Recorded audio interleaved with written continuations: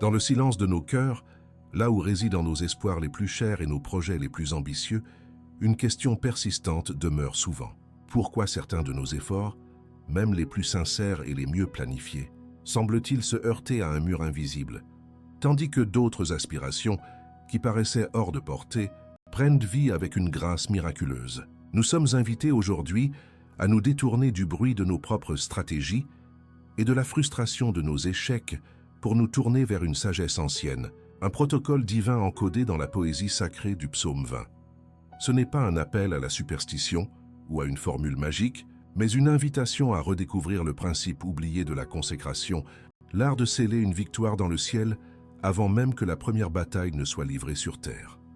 Préparez-vous à entrer dans un temps mis à part, un parcours spirituel qui promet non pas de changer vos circonstances du jour au lendemain, mais de vous transformer de l'intérieur, afin que Dieu puisse œuvrer à travers vous d'une manière nouvelle et puissante. Ce que nous commençons n'est pas une simple série de prières, mais un alignement intentionnel avec le Créateur lui-même, un processus pour imprégner chaque fibre de nos projets du sceau de son nom. Laissez de côté l'anxiété de la performance et la peur de l'incertitude. Ouvrez votre esprit et votre âme à la possibilité que la victoire ne soit pas un objectif à atteindre par la force, mais une alliance à établir dans la foi, une promesse qui attend d'être activée par un cœur qui choisit de dépendre entièrement de la souveraineté divine. Écoutons maintenant avec un cœur ouvert et un esprit réceptif les mots qui formeront le fondement de notre parcours. Ce n'est pas simplement un poème ancien, mais une prière de guerre royale, un protocole divin prononcé par une communauté pour son leader avant qu'il ne parte au combat. Aujourd'hui, nous nous approprions cette prière. Le roi, c'est vous, face aux batailles de vos projets. Le champ de bataille, c'est votre carrière, votre famille, votre avenir. Et la communauté qui prie pour vous, c'est la communion des saints à travers les âges, et le Saint-Esprit lui-même qui intercède. Laissez chaque mot résonner, non pas comme une histoire passée, mais comme une déclaration prophétique sur votre présent et votre futur. La prière commence par un appel direct, une invocation pour une intervention au moment le plus critique. Que l'Éternel t'exauce au jour de la détresse, que le nom du Dieu de Jacob te protège. Le jour de la détresse est inévitable dans tout projet d'envergure. C'est le moment où les ressources manquent, où le doute s'installe, où l'opposition se manifeste. La prière n'est pas que cette journée n'arrive pas, mais que lorsque nous y serons, l'exaucement soit déjà préparé. Et la protection ne vient pas d'une force abstraite, mais du nom du Dieu de Jacob. Jacob, celui qui a lutté, qui a été transformé et qui a reçu une nouvelle identité. Invoquer son Dieu, c'est invoquer le Dieu de la transformation, le Dieu qui protège ses enfants au cœur de leurs luttes les plus profondes. La source de l'aide est ensuite précisée, et elle n'est pas de ce monde. Qu'il t'envoie du secours de son sanctuaire, et que de Sion il te soutienne. Le secours ne vient pas des stratégies humaines ou des contacts terrestres, mais du lieu de la présence même de Dieu, de son sanctuaire. C'est un rappel que notre véritable quartier général n'est pas sur terre mais dans les cieux. Le soutien émane de Sion, la cité de Dieu, le symbole de son règne et de son autorité. Avant de chercher de l'aide à l'extérieur, ce psaume nous enseigne à nous connecter à la source intérieure et céleste, là où la véritable puissance réside, loin du bruit et de la confusion du monde. Le principe de la consécration préalable est alors clairement établi. Qu'il se souvienne de toutes tes offrandes et qu'il agrée tes holocaustes.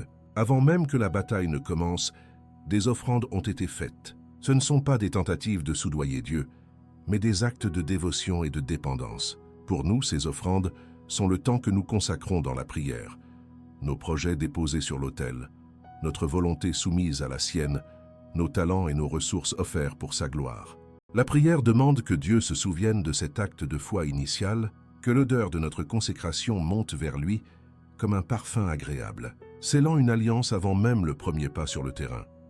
C'est sur la base de cet alignement et de cette consécration que la plus grande des promesses peut être prononcée. Qu'il te donne ce que ton cœur désire et qu'il accomplisse tous tes desseins. Cette parole est vertigineuse. Elle ne promet pas la réalisation de caprices égoïstes, mais l'accomplissement des désirs d'un cœur qui a été purifié et aligné par les étapes précédentes. Lorsque notre projet a été offert, lorsque notre secours est attendu de Dieu seul, alors les désirs de notre cœur commencent à refléter les désirs du cœur de Dieu. C'est à ce moment que nos plans deviennent ses plans. Et leur accomplissement devient une certitude divine. La prière passe alors de la supplication à la célébration anticipée, une déclaration de foi collective.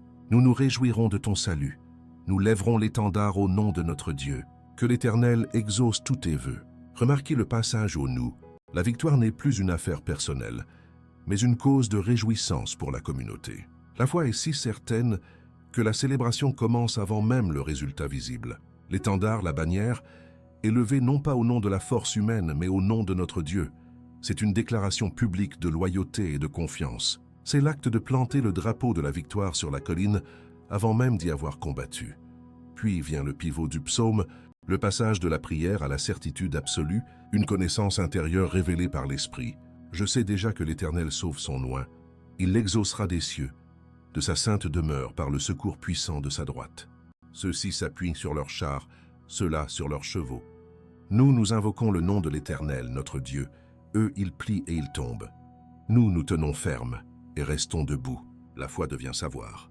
La confiance se transforme en assurance. Une ligne est tracée dans le sable, entre les méthodes du monde, les chars et les chevaux, symboles de la puissance, de la richesse et de la stratégie humaine, et la seule méthode du royaume, l'invocation du nom de l'Éternel. L'issue est déclarée d'avance. Leur système s'effondrera, mais ceux qui s'appuient sur Dieu resteront debout. Le psaume se conclut par un cri final qui rassemble toute l'intention de la prière. Éternel, sauve le roi. Qu'il nous exauce au jour où nous l'invoquons. C'est le résumé de tout ce qui a été dit. Une demande de salut, non pas d'un problème mineur, mais de la totalité de la situation. C'est la reconnaissance que, malgré la préparation et la consécration, la victoire finale appartient à Dieu seul. Et c'est une affirmation de foi, la certitude que le jour où nous crions, il répond. Ce psaume n'est pas une simple récitation, c'est notre manuel d'opération pour les 26 jours à venir, la clé qui ouvre la porte de la victoire scellée dans les cieux. Pour comprendre la puissance incommensurable du psaume 20, il faut d'abord le replacer dans son contexte originel, au cœur même du recueil des psaumes. Ce livre n'est pas un simple assemblage de poèmes, mais le livre de prière d'Israël, le battement de cœur de sa relation avec Dieu. Il exprime toute la gamme des émotions humaines, du plus profond désespoir à la plus exubérante des louanges. Au sein de ce trésor spirituel, le psaume 20 se distingue comme un psaume royal. Il est traditionnellement attribué au roi David, un homme qui comprenait intimement la dualité de la royauté, la solitude du pouvoir et la dépendance absolue envers le divin. David n'était pas un monarque de salon. Il était un guerrier, un stratège, un homme qui a connu la poussière du champ de bataille et le poids écrasant de la responsabilité nationale. Ce psaume n'a pas été écrit dans le silence d'une étude ou le confort d'un palais en temps de paix. Son langage et sa structure révèlent une liturgie publique, un rituel solennel accompli avant un événement crucial, le départ du roi pour la guerre. Imaginez la scène. Le roi oint de Dieu se tient devant le tabernacle ou le temple, entouré des prêtres et du peuple. Ensemble, ils ne prient pas pour une victoire future de manière abstraite. Ils accomplissent un acte prophétique. Ils élèvent une supplication collective qui sert à la fois d'intercession, de bénédiction et de déclaration de foi. Le psaume est donc par essence un protocole de consécration militaire, un moyen de placer officiellement le roi, l'armée et l'issue de la bataille sous la juridiction et la protection exclusive de l'Éternel. L'auteur, en rédigeant ces mots, démontre une profonde sagesse sur la nature du leadership spirituel. Bien que David soit le roi, le psaume est écrit à la deuxième personne comme une prière dite pour lui. C'est le reflet d'un roi qui comprend qu'il n'est pas la source de sa propre force. Il sait que la victoire ne dépendra pas en dernier ressort de la finesse de ses stratégies ou de la puissance de son armée, mais de la faveur de Dieu. En instituant cette prière, il enseigne à toute sa nation un principe fondamental du royaume. La véritable puissance ne réside pas dans les attributs du pouvoir terrestre, mais dans la reconnaissance humble et totale de la souveraineté divine. C'est le cœur d'un vrai roi selon Dieu, un leader qui guide son peuple non pas vers la confiance en lui-même, mais vers la confiance en leur Dieu commun.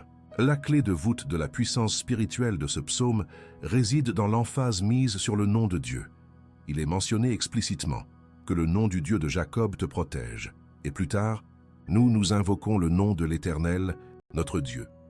Dans la pensée hébraïque, Le nom d'une personne n'est pas une simple étiquette, mais l'expression de son caractère, de son autorité et de sa présence même. Invoquer le nom de l'Éternel, YHWH, c'était faire appel à la plénitude de qui il est, le Créateur, le Dieu de l'Alliance, le Libérateur, le guerrier divin.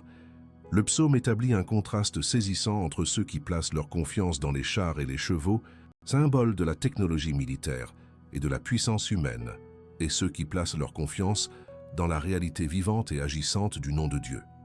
Ce protocole de victoire est également fondé sur le principe de la consécration préalable, comme l'indique le verset, qu'il se souvienne de toutes tes offrandes et qu'il agrée tes holocaustes. Avant même de demander le secours, le psalmiste rappelle à Dieu les actes de dévotion passés.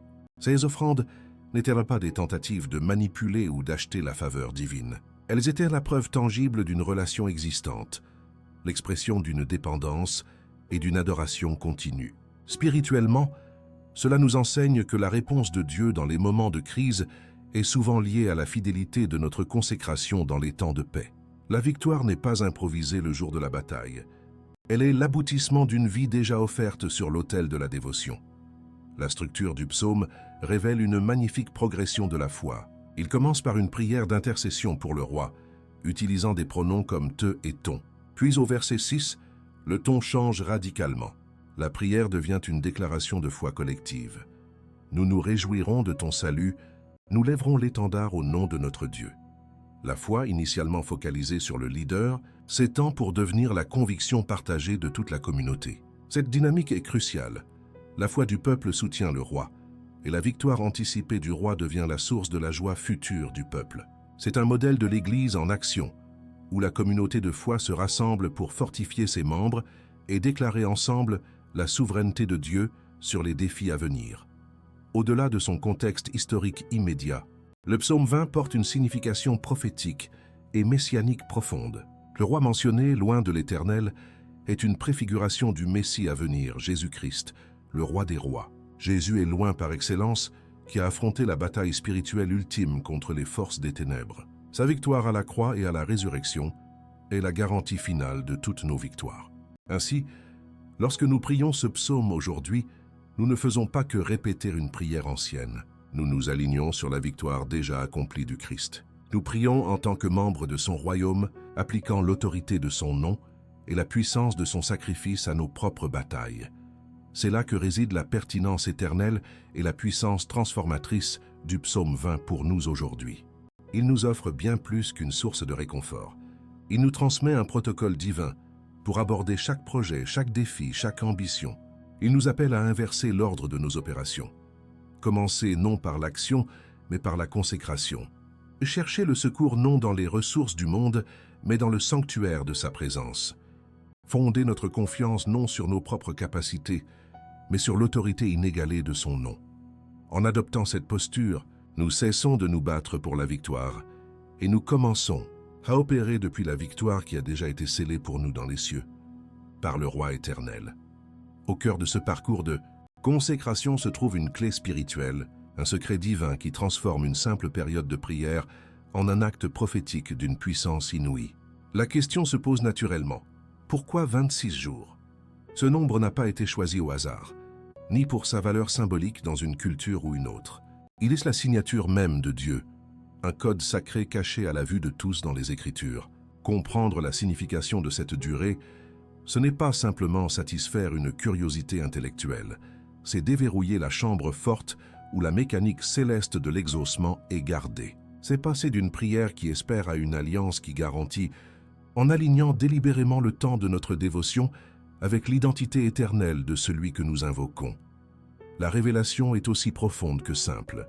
Dans la langue hébraïque originale, chaque lettre possède une valeur numérique. Le nom sacré de Dieu, le tétragramme imprononçable que les traducteurs rendent par l'Éternel ou Yahvé, est composé de 4 lettres, Yod, E, Vav, et la valeur numérique de Yod est 10, celle de E est 5, celle de Vav est 6, et celle du second E est 5.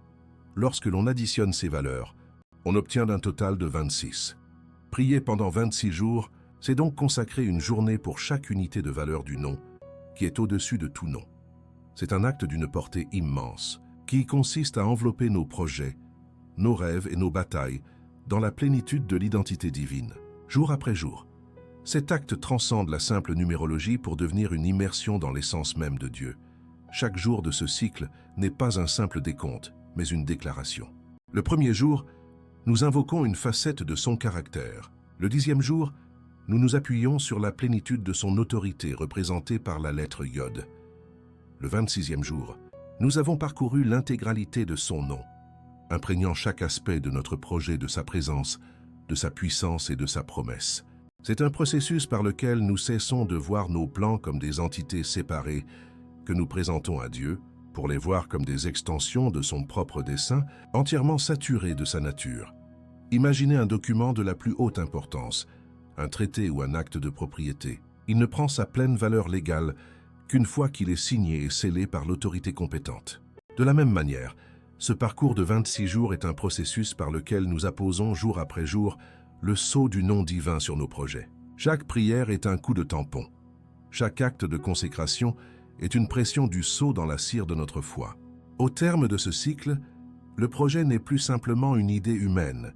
Il est devenu un document céleste, ratifié et validé par l'autorité suprême de l'univers, portant la signature indélébile de YHWH. Il est essentiel de comprendre que la puissance ne réside pas dans le chiffre 26 lui-même, mais dans l'intention et la foi qui animent cette démarche. Ce n'est pas une formule magique qui contraindrait Dieu à agir, mais un acte de dévotion qui aligne notre cœur avec le sien. La durée de 26 jours sert de cadre, de discipline spirituelle, pour maintenir notre concentration et notre dépendance. C'est un engagement de notre part qui démontre la profondeur de notre sérieux et de notre confiance. Nous ne manipulons pas une loi cosmique. Nous honorons une personne. Et c'est cette relation honorée et cette foi soutenue qui invite sa puissance à se manifester de manière extraordinaire. En agissant ainsi, nous entrons dans une dimension d'alliance. Une alliance est un pacte, un accord solennel entre deux parties.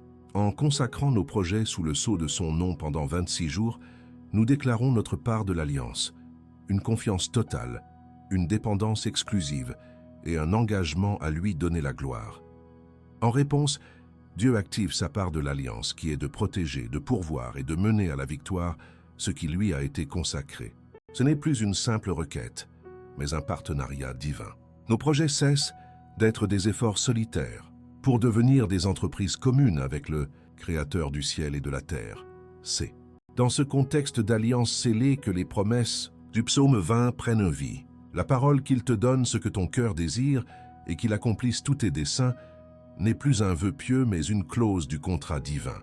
Parce que le projet a été purifié, aligné et scellé avec son nom, les désirs de notre cœur sont devenus le reflet de ses propres désirs. L'accomplissement de nos desseins devient alors l'accomplissement des siens. La victoire n'est plus une possibilité incertaine pour laquelle nous nous battons, mais une certitude garantie par l'intégrité et la puissance du nom qui a été invoqué et honoré. La découverte de cette clé cachée modifie radicalement l'atmosphère spirituelle de notre démarche. La prière n'est plus un fardeau ou une routine, mais un privilège exaltant, un acte de co-création avec Dieu.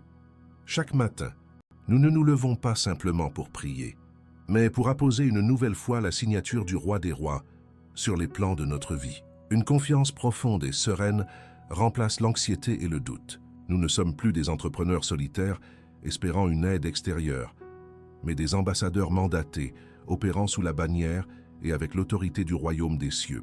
Le projet est déjà gagné, car son issue a été scellée par le nom qui ne peut faillir. Maintenant que les fondations spirituelles ont été posées, que la compréhension du pourquoi a illuminé l'esprit, il est temps de passer du savoir à l'action, de la théologie à la pratique.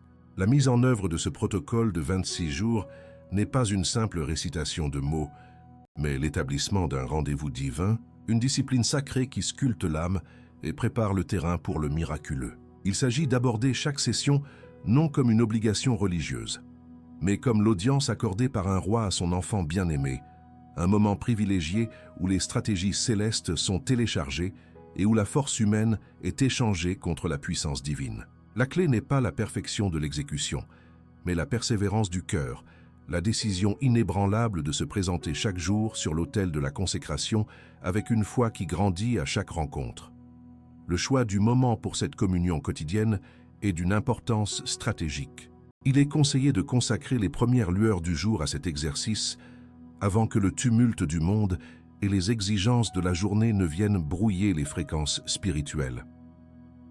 En offrant à Dieu les prémices de son temps, de son attention et de son énergie, on établit une déclaration prophétique sur le reste de la journée. Tout ce qui suivra est placé sous sa juridiction. C'est l'acte de chercher premièrement le royaume, avec la certitude que tout le reste sera donné par surcroît. Que ce soit avant le lever du soleil, dans le silence d'une maison encore endormie, cet instant devient un acte d'offrande, un holocauste de notre temps, dont le parfum agréable monte vers le sanctuaire céleste et prépare la voie à l'intervention divine. Tout comme le temps, l'espace de la prière doit être intentionnellement mis à part. Il n'est pas nécessaire de construire une chapelle, mais de désigner un lieu qui, pour ces 26 jours, deviendra un sanctuaire personnel. Un simple fauteuil dans un coin tranquille, un bureau dégagé de tout désordre, un endroit où l'on peut être seul et sans interruption. Ce lieu physique devient rapidement un portail spirituel. En s'y rendant chaque jour avec la même intention, on crée une atmosphère chargée de la présence de Dieu. Cet endroit devient notre propre Sion, le lieu d'où le secours nous est envoyé. Le cerveau et l'esprit apprennent à s'apaiser dès que l'on y entre, conditionnant le cœur à s'ouvrir plus rapidement et plus profondément à la communion avec le Créateur. La posture du corps est le reflet de la posture du cœur. Bien que Dieu écoute la prière quelle que soit la position physique, adopter une posture intentionnelle peut profondément influencer l'expérience spirituelle. S'agenouiller est un puissant acte d'humilité, une reconnaissance de notre dépendance totale et de sa souveraineté absolue. Se tenir debout peut symboliser notre état de soldat, prêt à recevoir les ordres de son commandant. S'asseoir, les mains ouvertes sur les genoux, paumes vers le ciel, exprime une attitude de réceptivité, une volonté d'accueillir ce que Dieu veut donner. Il est encouragé de varier ses postures au fil des jours, en laissant le Saint-Esprit guider le langage non-verbal du corps pour qu'il s'aligne avec le cri de l'âme, transformant la prière en un acte d'adoration complet. Avant de prononcer la première parole, un temps de préparation silencieuse est essentiel. Il s'agit de faire la transition entre le monde extérieur et le sanctuaire intérieur. Cela commence par quelques respirations profondes et lentes, un acte conscient pour calmer le système nerveux et faire taire le bruit des pensées anxieuses. C'est le moment d'inviter activement la présence du Saint-Esprit, de lui demander de sonder le cœur et de révéler toute intention qui ne serait pas pure. Cette phase de purification est cruciale car elle assure que les désirs présentés à Dieu sont alignés avec sa volonté. C'est ici que l'on dépose ses propres ambitions sur l'autel, pour ne garder que ce qui glorifie le nom de l'Éternel, s'assurant que les offrandes sont agréées. Le cœur de la prière débute par l'invocation et la déclaration du nom. Il ne s'agit pas de réciter une liste, mais de méditer sur le caractère de Dieu tel qu'il se révèle dans ce projet spécifique. En se fondant sur le psaume 20, on déclare que le nom du Dieu de Jacob me protège. Puis on proclame les noms qui correspondent aux besoins du projet. Tu es Jéhovah Jireh, le Dieu qui pourvoit, et je déclare ta provision sur les finances de ce projet. Tu es Jéhovah Nissi, mon étendard, et je lève ta bannière sur chaque étape de ce plan. Tu es El Shaddai, le Dieu tout-puissant, et je déclare qu'aucune opposition ne peut tenir devant toi. Chaque jour, cet acte de proclamation renforce la foi et ancre la confiance non dans des circonstances visibles, mais dans la réalité immuable de qui Dieu est. Après avoir exalté son nom, vient le moment de consacrer le projet dans ses moindres détails. C'est un transfert de propriété spirituelle, un acte légal dans le royaume des cieux. Au lieu d'une prière vague pour le succès, on présente chaque composant du projet à Dieu. Seigneur, je te consacre le plan d'affaires, que ta sagesse le remplisse. Je te consacre les partenaires potentiels, que tu diriges mes pas vers les bonnes personnes. Je te consacre le calendrier, que ton timing parfait prévale sur mon impatience. Je dépose sur ton autel les défis anticipés, les peurs cachées et les ressources nécessaires. Chaque élément, du plus grand au plus petit, est ainsi retiré de la juridiction de l'inquiétude humaine pour être placé sous la protection et la direction divine. Sur la base de cette consécration totale, la prière se transforme en une déclaration de foi prophétique. C'est le moment de s'approprier les promesses du psaume 20 comme une réalité présente. Avec une conviction grandissante, on déclare « Je sais déjà que l'Éternel sauve son oint. Il m'exaucera des cieux de sa sainte demeure. Je déclare que le secours puissant de sa droite est déjà en action en ma faveur. Que les autres s'appuient sur leurs contacts, leur argent ou leur stratégie, moi, j'invoque et je m'appuie sur le nom de l'Éternel, mon Dieu. Je déclare que ce qui a été scellé dans le ciel se manifeste maintenant sur la terre. Cet acte de parler la victoire avant de la voir est ce qui active la puissance créatrice de la foi. Chaque session de prière doit impérativement se conclure par un temps d'action de grâce. La gratitude est le sceau qui ferme l'enveloppe de la prière et l'expédie avec foi vers le trône de Dieu. C'est l'expression de la confiance absolue que la demande a non seulement été entendue, mais qu'elle a déjà été exaucée dans le domaine spirituel. On remercie Dieu non pas pour ce que l'on voit, mais pour ce qu'il a promis. Merci Père pour la victoire que tu as déjà préparée. Merci pour les ressources qui sont déjà en chemin. Merci pour ta fidélité qui ne faillit jamais.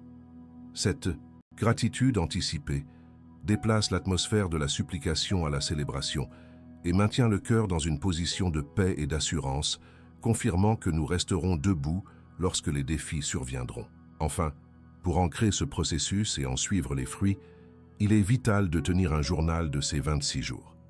Juste après le temps de prière, prendre quelques minutes pour écrire la date et noter les impressions reçues, les versets qui ont parlé, les encouragements ou les directions spécifiques qui ont émergé. Ce journal deviendra un témoignage puissant du cheminement de la foi. Au fil des jours, en le relisant, on pourra voir la main de Dieu à l'œuvre, tracer le fil des confirmations divines et des petites victoires qui pavent la voie vers la grande manifestation.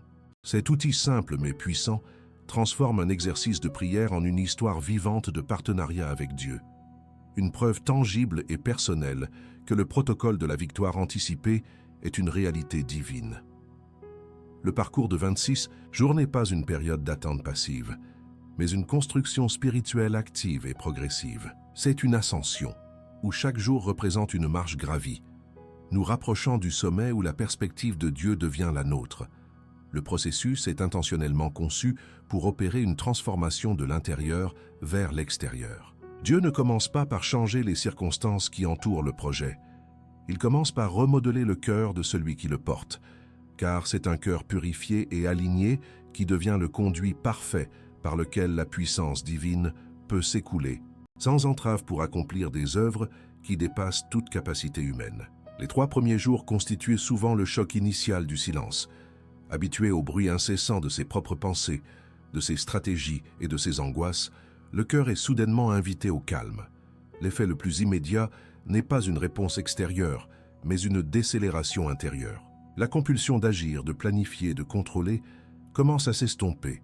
Une paix subtile mais perceptible s'installe, comme la poussière qui retombe dans une pièce longtemps agitée. C'est la phase de désintoxication spirituelle, où l'âme apprend à se sevrer de l'anxiété pour commencer à respirer l'oxygène de la présence de Dieu. Entre le 4e et le 5e jour, alors que l'esprit s'est apaisé, le Saint-Esprit commence une œuvre de sondage plus profonde. Les véritables motivations derrière le projet sont doucement mises en lumière.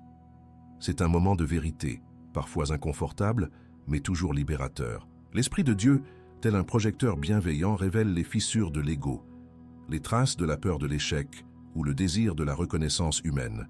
Ce n'est pas un jugement, mais une invitation à l'épuration, à déposer ses motivations impures sur l'autel pour que le projet soit reconstruit sur le seul fondement solide, le désir de la gloire de Dieu. À la fin de la première semaine, culminant aux jours 6 et 7, le fruit de cette purification intérieure est une clarté de vision sans précédent. Les aspects du projet qui étaient flous deviennent nets. Les plans qui étaient complexes se simplifient. Des idées qui semblaient brillantes, mais qui n'étaient pas de Dieu perdent leur éclat, tandis que celles qui sont nées de son cœur acquièrent une force et une évidence nouvelles. Ce n'est plus une question de se demander ce qu'il faut faire, mais de recevoir avec une certitude tranquille les plans divins. La vision est alignée, et le cœur est prêt à recevoir la suite des instructions. Le 8e jour marque souvent un tournant, le début de la phase de confirmation. C'est le moment où Dieu commence à envoyer des signes extérieurs, des clins d'œil célestes, pour montrer qu'il est activement engagé. Cela se manifeste rarement par un miracle spectaculaire, mais plutôt par de subtiles synchronicités. Un verset biblique qui semble sauter de la page et parler directement au projet. Une conversation inattendue où une personne mentionne exactement l'information dont on avait besoin, ou une image qui vient à l'esprit pendant la prière et qui apporte une solution à un problème.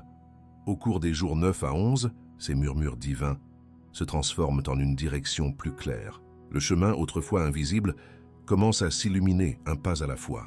Une porte que l'on pensait fermée s'entr'ouvre légèrement. Un contact que l'on n'osait pas solliciter prend l'initiative de nous appeler.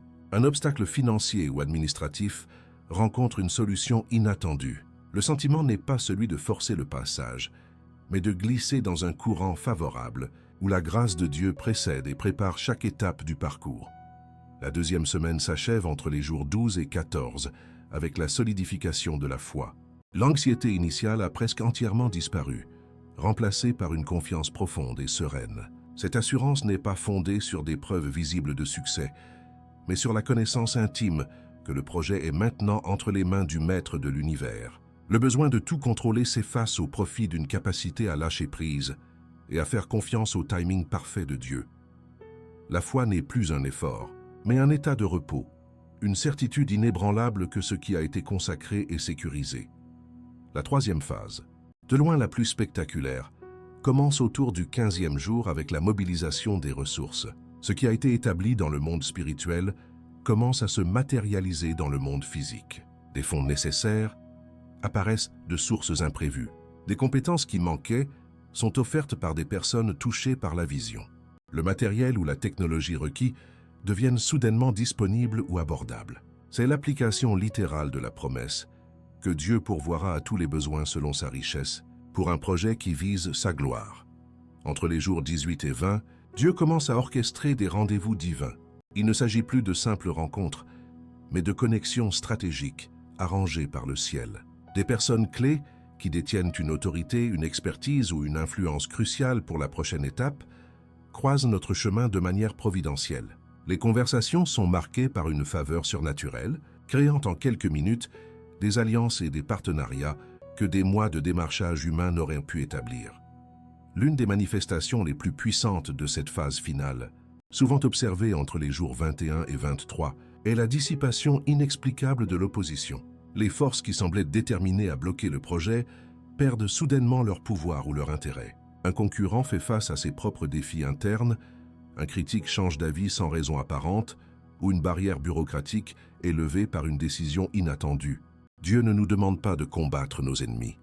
Il les neutralise lui-même, démontrant que la bataille lui appartient. À l'approche de la conclusion, durant les jours 24 et 25, un phénomène d'accélération divine se produit fréquemment. Le projet entre dans une dynamique où les progrès s'enchaînent à un rythme surprenant. Des étapes qui auraient dû prendre des mois se réalisent en quelques semaines. Un élan puissant se crée, non pas par un surcroît de travail acharné, mais par le souffle de l'Esprit de Dieu qui propulse le projet vers son accomplissement. La promesse que l'Éternel accomplisse tous tes desseins devient une expérience vécue. Le 26e jour, le cycle de consécration atteint son apogée. Ce n'est pas nécessairement le jour où tout se matérialise, mais c'est le jour où le sceau est apposé. Dans l'esprit, une certitude absolue s'installe. Il y a une connaissance intérieure, une paix qui dépasse toute compréhension que la victoire est acquise. Le projet n'est plus une simple aspiration humaine. Il est devenu un décret céleste, revêtu de l'autorité du nom qui a été honoré. La bataille est gagnée dans les cieux, et sa manifestation sur la terre n'est plus qu'une question de temps. Les paroles de vérité et les principes divins ne sont jamais des abstractions flottant dans un vide théologique. Ils sont destinés à s'incarner, à prendre chair et sang dans la réalité de vie humaine. La foi, nous dit l'Écriture, vient de ce que l'on entend, et ce que l'on entend vient de la parole de Christ. Cette parole ne se limite pas au texte biblique. Elle inclut le témoignage vivant de ce que Dieu accomplit aujourd'hui. Les histoires qui suivent, tant contemporaines qu'anciennes, ne sont pas de simples illustrations. Elles sont la preuve tangible que le protocole du psaume 20 n'est pas une relique du passé, mais une technologie spirituelle toujours active, un chemin éprouvé par lequel des hommes et des femmes ordinaires ont vu l'extraordinaire s'inviter dans leurs projets. Considérez l'histoire d'Élise, une jeune femme de la région de Lyon qui avait lancé une start-up dans le domaine de la technologie verte. Après 2 années de travail acharné, son entreprise était à un point de bascule critique. Elle avait besoin d'un second tour de financement pour survivre et se développer. Mais les portes se fermaient les unes après les autres. Les investisseurs étaient frileux, le marché incertain. L'épuisement et le doute commençaient à ronger sa passion initiale. C'est dans ce jour de détresse qu'elle entendit parler de ce parcours de consécration. Sceptique mais à court d'options, elle décida de mettre Dieu au défi, de soumettre son plan d'affaires, ses espoirs et ses angoisses au protocole des 26 jours. Chaque matin, avant l'aube, Élise se retirait dans son petit bureau. Elle ne priait plus pour de l'argent, mais elle consacrait chaque aspect de son entreprise. Elle déposait sur l'autel invisible les noms des investisseurs qui l'avaient rejetés, la technologie qu'elle avait développée, les salaires de ses employés, et même ses propres peurs de l'échec. Elle proclamait le psaume 20 sur sa situation, déclarant que sa confiance n'était pas dans la qualité de sa présentation ou la solidité de ses prévisions financières, mais dans le nom du Dieu de Jacob. Lentement, une paix surnaturelle a commencé à remplacer l'anxiété qui l'étreignait. Elle sentait qu'elle ne se battait plus seule. Une autorité supérieure avait pris le commandement. Le 19e jour, un courriel inattendu est arrivé. C'était un fonds d'investissement basé à Paris, l'un des plus importants qu'elle avait contacté et qui lui avait opposé un silence poli des mois auparavant. Il demandait une nouvelle rencontre, mentionnant qu'un de leurs partenaires avait repensé à son projet. Lors de la visioconférence, l'atmosphère était radicalement différente. Les questions n'étaient plus inquisitrices, mais collaboratives. Élise a ressenti une faveur inexplicable, une grâce sur ses paroles. Elle n'essayait pas de vendre, elle partageait simplement une vision qui, elle le savait maintenant, était portée par une puissance bien plus grande qu'elle. Quelques jours après la fin du cycle de 26 jours, l'offre d'investissement est arrivée. Non seulement elle couvrait la totalité de ses besoins, mais elle était assortie de conditions bien plus favorables que tout ce qu'elle avait osé espérer, lui laissant le contrôle de sa vision. Pour Élise, le miracle n'était pas la signature du contrat, mais la certitude qu'elle avait acquise pendant ses prières. La victoire avait été scellée dans le secret de son bureau, bien avant de se matérialiser dans un document juridique. Le protocole avait aligné son projet avec le ciel, et le ciel avait ensuite déplacé la terre pour l'accomplir. Pensons maintenant à Marc, un père de famille de la grande couronne parisienne, qui s'est retrouvé au chômage à 45 ans suite à une restructuration brutale.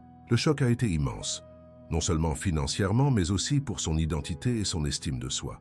Des mois de recherche infructueuses ont suivi, chaque lettre de refus érodant un peu plus son espoir. La pression montait à la maison, et la peur de l'avenir devenait une présence constante. C'est son épouse qui l'a encouragé à entreprendre ce parcours, non pas comme une formule magique pour trouver un emploi, mais comme un moyen de remettre Dieu au centre de sa transition de carrière.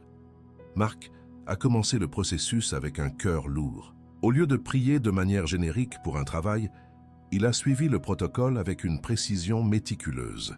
Il a consacré son curriculum vitae, demandant à Dieu de mettre en lumière les expériences qui lui rendraient gloire. Il a consacré chaque entretien à venir, priant pour la sagesse et la paix plutôt que pour la performance. Plus important encore, il a défini et consacré les désirs profonds de son cœur. Un travail qui ait du sens, une culture d'entreprise saine et un équilibre qui lui permettrait d'être plus présent pour ses enfants. Il a transféré la propriété de sa carrière à Dieu. La manifestation a été progressive et instructive. Durant la 2e semaine, il a commencé à recevoir des réponses, mais pour des postes qui ne correspondaient pas aux critères qu'il avait consacrés. C'était une épreuve de foi. Allait-il accepter par peur ou attendre la provision de Dieu? Il a tenu bon, s'appuyant sur la promesse du psaume. Puis, le 23e jour, un cabinet de recrutement l'a contacté pour un poste dans une entreprise dont il n'avait jamais entendu parler. L'entretien s'est déroulé avec une fluidité et une connexion étonnante. Il a découvert une entreprise dont les valeurs correspondaient exactement à ce qu'il avait déposé sur l'autel. Une semaine plus tard, il recevait une proposition ferme. Le salaire était juste, mais surtout le poste offrait la flexibilité et le sens qu'il avait demandé. Il ne s'agissait pas simplement d'un nouvel emploi, c'était une réponse sur mesure, une orchestration divine qui témoignait de l'attention de Dieu aux détails de ses prières. Marc a compris que Dieu n'avait pas seulement pourvu à un besoin financier, il avait honoré un cœur qui avait choisi de lui faire confiance pour définir son avenir. Le jour de la détresse avait été transformé en une saison de réalignement et de restauration. Ces témoignages modernes font écho à une vérité biblique intemporelle, parfaitement illustrée par la vie de Néhémie. Lorsque Néhémie, échanson du roi de Perse, a appris que les murs de Jérusalem étaient en ruine, son cœur a été brisé. Mais sa première action n'a pas été de formuler un plan ou de faire appel à ses contacts influents. Son premier mouvement a été de se tourner vers le sanctuaire. Pendant des mois, il a prié, jeûné et confessé les péchés de son peuple. Il a mené une campagne de consécration intensive avant même de prononcer un seul mot au roi Artaxerxès. Dans sa prière, rapportée dans le premier chapitre de son livre, Néhémie a appliqué chaque principe du psaume 20. Il a invoqué le nom du Dieu grand et redoutable. Il a rappelé à Dieu ses propres promesses d'alliance, activant ainsi une base légale pour son exaucement. Il a consacré le projet de reconstruction, son avenir et surtout, il a prié pour obtenir la faveur du roi, l'homme qui détenait la clé terrestre de son projet. Il a fait ses offrandes et ses holocaustes spirituels, alignant son cœur et sa vision avec ceux de Dieu, bien avant la bataille politique et logistique qui l'attendait. Le résultat fut une manifestation éclatante de la puissance de la consécration préalable. Quand le roi l'a interrogé sur sa tristesse, Néhémie, après une prière éclair, a présenté sa requête. La réponse du roi a dépassé tout ce que Néhémie aurait pu imaginer. Il n'a pas seulement obtenu l'autorisation de partir, mais aussi des lettres royales pour garantir son passage, un financement public provenant de la forêt du roi pour le bois de construction et une escorte militaire pour sa protection. Dieu n'a pas simplement répondu à sa prière. Il l'a amplifiée, démontrant que lorsque nous lui confions nos plans, il pourvoit au-delà de nos demandes. Ces histoires, séparées par des millénaires mais unies par le même principe spirituel, convergeant vers une seule et puissante conclusion. Elles ne sont pas des exceptions à la règle, mais des démonstrations de la règle. Elles prouvent qu'il existe un ordre divin pour la réussite, un protocole de victoire qui inverse l'approche du monde. Il nous enseigne à ne pas nous battre pour la victoire, mais à opérer depuis la victoire déjà acquise dans la prière. Que ce soit pour une entreprise, une carrière ou la reconstruction d'une nation, le chemin est le même. La consécration précède la manifestation et la confiance dans le nom de l'Éternel est le seul char, le seul cheval qui nous garantit de rester debout. Lorsque le 26e jour se lève, il n'apporte pas avec lui le tumulte d'une victoire explosive, mais la quiétude profonde et majestueuse d'un accomplissement divin. L'aube de ce jour final n'est pas une fin, mais un saut. Dans le silence de la prière, une transaction finale s'opère dans les parvis célestes. Le projet qui a été méticuleusement présenté, purifié et offert jour après jour n'est plus une simple ambition terrestre. Il est devenu un décret royal, ratifié par la signature même du roi des rois. Une paix qui surpasse toute intelligence inonde l'âme, non pas parce que les circonstances ont toutes changé, mais parce que l'issue a été irrévocablement fixée. C'est la connaissance sereine et absolue, au-delà du sentiment ou de la preuve visible, que ce qui a été lié sur la terre a été scellé dans le ciel par le nom qui ne peut faillir. Dès lors, une protection divine, à la fois subtile et impénétrable, se déploie autour du projet. C'est un bouclier invisible mais tangible qui le met à l'abri des vents contraires et des flèches enflammées de l'ennemi. Les oppositions qui semblaient si menaçantes perdent leur élan, les critiques s'essoufflent et les obstacles qui paraissaient insurmontables se révèlent être des mirages. Ce n'est pas une guerre ouverte où l'on doit combattre, mais une paix armée où Dieu lui-même neutralise les menaces avant qu'elles n'atteignent leur cible. Le projet avance désormais dans une zone de sécurité surnaturelle, une juridiction où seul le plan de Dieu a autorité, prouvant que le nom du Dieu de Jacob est bien une forteresse inexpugnable. Sur ce terrain sécurisé, les vannes de l'abondance divine s'ouvrent avec une générosité qui confond la logique humaine. Les ressources nécessaires ne se contentent pas d'arriver. Elles affluent de sources si inattendues qu'elles ne peuvent être attribuées qu'à une main céleste. Les finances, les compétences, les opportunités et les contacts se matérialisent non pas au compte-gouttes, mais en flot continu, dépassant souvent les besoins immédiats pour constituer une provision pour l'avenir. C'est l'accomplissement littéral de la promesse, qu'il te donne ce que ton cœur désire. Un cœur purifié par la consécration désire l'avancement du royaume, et Dieu se plaît à financer ses propres entreprises avec une richesse qui ne connaît aucune limite. Pour ceux dont les projets ont été confrontés à l'injustice, à la calomnie ou à la concurrence déloyale, le cycle complet libère une vague de justice divine. Sans que l'on ait à plaider sa propre cause, la vérité émerge avec une clarté irréfutable. Les réputations souillées sont lavées et restaurées, les droits bafoués sont rétablis, et les œuvres de la malhonnêteté sont exposées à la lumière. L'Éternel se lève comme le juge juste, non seulement pour défendre la cause de celui qui s'est confié en lui, mais aussi pour renverser les tables de l'iniquité. La victoire n'est pas seulement un succès, c'est une rédemption, une démonstration publique que Dieu honore ceux qui marchent dans l'intégrité. Au-delà de toute manifestation extérieure, le fruit le plus durable est une paix intérieure qui devient une forteresse de l'âme. L'anxiété, qui était autrefois le moteur de l'action, est remplacée par une confiance tranquille qui devient le fondement de toute décision.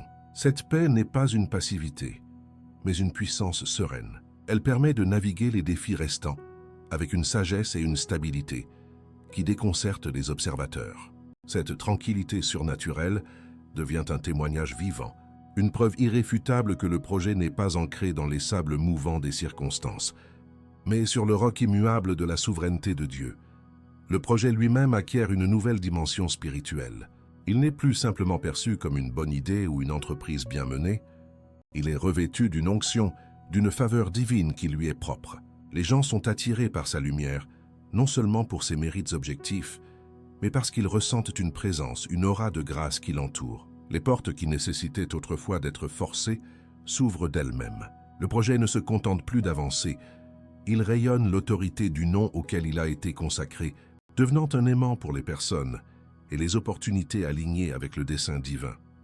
La victoire scellée dans ce domaine spécifique commence alors à déborder, créant un effet d'entraînement dans toutes les autres sphères de la vie.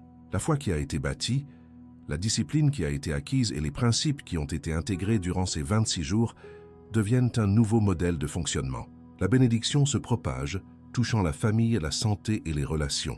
Dieu utilise ce projet consacré comme une tête de pont pour établir son royaume plus largement, démontrant que lorsqu'un territoire est entièrement cédé à sa souveraineté, il l'utilise comme base pour conquérir le reste. Cependant, le miracle ultime de ce parcours n'est pas le projet accompli, mais la relation transformée avec le Créateur. Le processus a forgé une intimité nouvelle et profonde. Dieu n'est plus une divinité lointaine que l'on supplie en cas de besoin, mais un partenaire de tous les instants, un Père aimant et un commandant sage dont la voix est devenue familière. La prière n'est plus une corvée, mais une conversation essentielle, le souffle même de la vie. Cette communion renouvelée est le véritable trésor, la récompense éternelle qui surpasse de loin le succès temporel du projet. Le projet achevé se dresse alors comme un monument, un témoignage tangible de la fidélité de Dieu. Chaque étape de sa réussite devient un verset dans une histoire qui glorifie son nom. Cette histoire n'est pas destinée à rester privée. Elle devient une semence de foi pour les autres, une preuve vivante que les promesses de Dieu sont certaines et que ses protocoles sont efficaces. La victoire personnelle se transforme en un encouragement pour la communauté, inspirant d'autres à déposer leurs propres ambitions sur l'autel de la consécration et à faire confiance au Dieu qui accomplit l'impossible. Le cycle est terminé, mais une nouvelle manière de vivre a commencé. L'individu n'opère plus dans une mentalité de lutte pour la victoire, mais depuis le lieu d'une victoire déjà établie.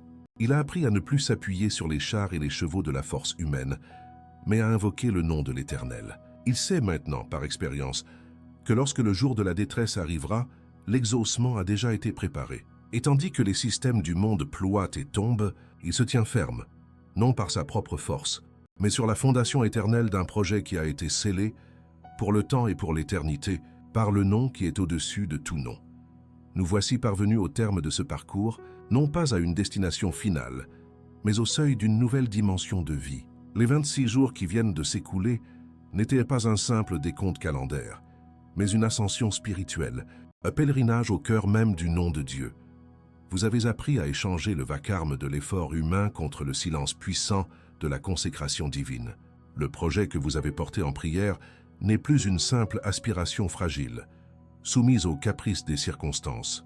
Il est devenu un mémorial, une stèle gravée du sceau de l'Éternel. Vous ne regardez plus vos plans, avec l'anxiété d'un entrepreneur solitaire, mais avec la paix d'un intendant fidèle, sachant que le maître de l'œuvre en a personnellement garanti l'achèvement. Le monde vous a enseigné à bâtir d'abord et à prier ensuite pour que la structure tienne. Le psaume 20 vous a révélé le protocole inversé du royaume. Consacrer le terrain, dédier les fondations et sceller les plans dans le sanctuaire céleste avant même de poser la première pierre. Ce n'est pas une négation de l'action, mais sa sanctification. C'est la différence fondamentale entre demander à Dieu de bénir nos ambitions et l'inviter à accomplir ses propres desseins à travers nous. En choisissant de vous appuyer non sur les chars de votre intelligence ou les chevaux de vos ressources, mais sur le nom de l'Éternel, vous avez activé une alliance de victoire qui ne dépend plus de votre performance, mais de sa fidélité immuable. Dès lors, que ferez-vous demain au 27e jour? La tentation sera grande de reprendre les rênes, de retomber dans l'agitation et de croire que le succès dépend à nouveau de votre seule force. Mais la vérité qui a été forgée dans votre esprit est que ce protocole n'est pas un remède d'urgence, mais un mode de vie. Chaque nouveau projet, chaque défi, chaque rêve qui naîtra dans votre cœur est une nouvelle invitation à entrer dans ce cycle de consécration. Vous détenez désormais une clé, non pas pour manipuler Dieu, mais pour vous aligner continuellement avec sa puissance et son timing parfait. Ne laissez pas cette révélation devenir un simple souvenir. Faites-en le fondement de toutes vos futures entreprises, car le plus grand miracle de ces 26 jours n'est pas la porte qui s'est ouverte ou la ressource qui est apparue. Le véritable trésor, la victoire éternelle, est la transformation de votre relation avec le Créateur. Vous l'avez connu d'une manière nouvelle, non comme un concept théologique, mais comme un partenaire stratégique, un père attentif aux moindres détails de vos plans. Vous avez appris à discerner sa voix dans le silence, à reconnaître sa main dans les synchronicités, à vous reposer dans sa souveraineté au milieu de l'incertitude. Cette intimité renouvelée est la véritable récompense, la seule qui portera des fruits bien au-delà de la réussite de ce projet pour le temps et pour l'éternité. Alors, levez-vous. Regardez l'horizon de votre vie avec des yeux nouveaux. Les montagnes de difficultés ne sont plus des obstacles insurmontables, mais des opportunités pour voir la gloire de Dieu se manifester. Les projets qui sommeillent dans votre cœur ne sont plus des fardeaux à porter seuls, mais des invitations à un partenariat divin. Prenez la décision aujourd'hui de ne plus jamais commencer une bataille sans l'avoir d'abord gagnée sur vos genoux. Engagez-vous à faire de la consécration préalable, non pas une option, mais le premier point non négociable de votre ordre du jour. Osez croire que ce que Dieu a fait une fois, il est prêt à le faire encore et encore, pour chaque domaine de votre vie que vous lui soumettrez entièrement. Sachez-le et ne l'oubliez jamais, la victoire a déjà été scellée pour vous. Le nom du Dieu de Jacob est votre protection, le sanctuaire de sa présence est votre source de secours, et la puissance de sa droite est votre garantie de succès. Tandis que les systèmes du monde s'effondrent sous leur propre poids, vous resterez debout, fermement ancré sur le roc de sa promesse. Marchez donc avec confiance, non dans l'arrogance de vos capacités, mais dans l'assurance humble de son sceau sur votre vie. Votre avenir n'est pas une question de chance ou de hasard, mais une histoire déjà écrite dans le ciel, qui attend simplement de se dérouler sur la terre, pour la seule gloire du nom qui est au-dessus de tout nom.